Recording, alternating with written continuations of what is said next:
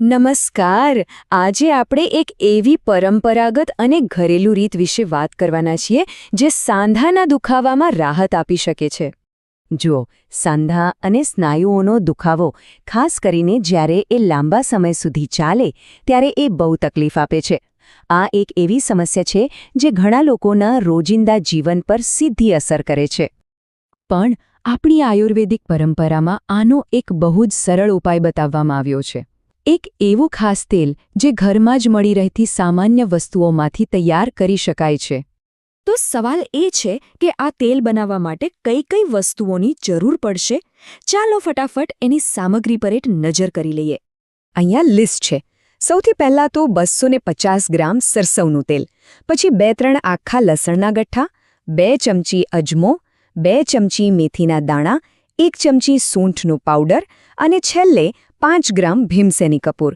આમાંથી મોટાભાગની વસ્તુઓ તો આપણા રસોડામાં જ હોય છે ને? સારું, તો બધી સામગ્રી તો ભેગી થઈ ગઈ. પણ હવે આને બનાવવું કઈ રીતે?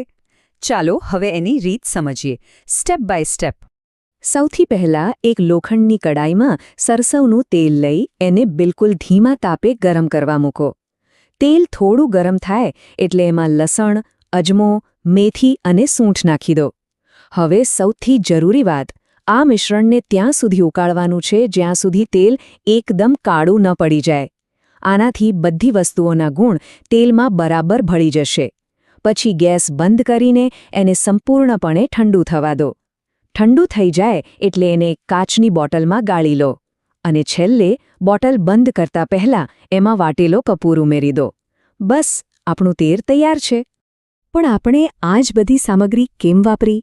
દરેક વસ્તુનું એવું તો શું ખાસ કામ છે? આયુર્વેદ પ્રમાણે દરેક ઘટકની પોતાની એક ખાસ ભૂમિકા હોય છે. ચાલો એ સમજીએ. આ જ તો આખા ઉપાયનું રહસ્ય છે. જુઓ, લસણ જે છે એ લોહીનું પરિભ્રમણ વધારે છે. અજમો શરીરમાં આવતા સોજાને ઓછો કરે છે. મેથીના દાણા સાંધામાં જે ચિકાસ ઓછી થઈ ગઈ હોય એને પાછી લાવવામાં મદદ કરે છે. સૂંઠ શરીરમાં અંદરથી ગરમાવો આપે છે. અને કપૂર છેક દુખાવાના મૂળ સુધી પહોંચીને રાહત આપે છે. આ બધું મળીને એકદમ શક્તિશાળી મિશ્રણ બને છે. ઓકે, તેલ તો તૈયાર થઈ ગયું, પણ એનો પૂરેપૂરો ફાયદો લેવા માટે એને લગાવવાની પણ એક ખાસ રીત છે. તો ચાલો હવે એના વિશે જાણીએ. આ તેલ લગાવવાનો સૌથી સારો સમય છે રાત્રે સૂતા પહેલાં. જે પણ સાંધામાં દુખાવો હોય ત્યાં આ તેલથી લગભગ 10 મિનિટ સુધી હળવા હાથે માલિશ કરો. પછી ગરમ પાણીમાં ભીંજવીને નીચોવેલા કપડાથી એ ભાગને લપેટી લો અને આખી રાત એમ જ રહેવા દો. રાત્રે શરીરને આરામ મળતો હોવાથી તેલ પોતાનું કામ બહુ સારી રીતે કરી શકે છે. અને અંતે એક બહુ સારો વિચાર, આ માત્ર એક તેલ કે નુસ્ખો નથી, પણ આપણા વડીલો પ્રત્યેની કાળજી બતાવવાનો એક મોકો પણ છે. ક્યારેક સદીઓ જૂના પરંપરાગત જ્ઞાનમાં જ આપણી આધુનિક સમસ્યાઓનો સૌથી સરળ અને સૌથી અસરકારક ઉકેલ છુપાયેલો હોય છે, ખરું ને?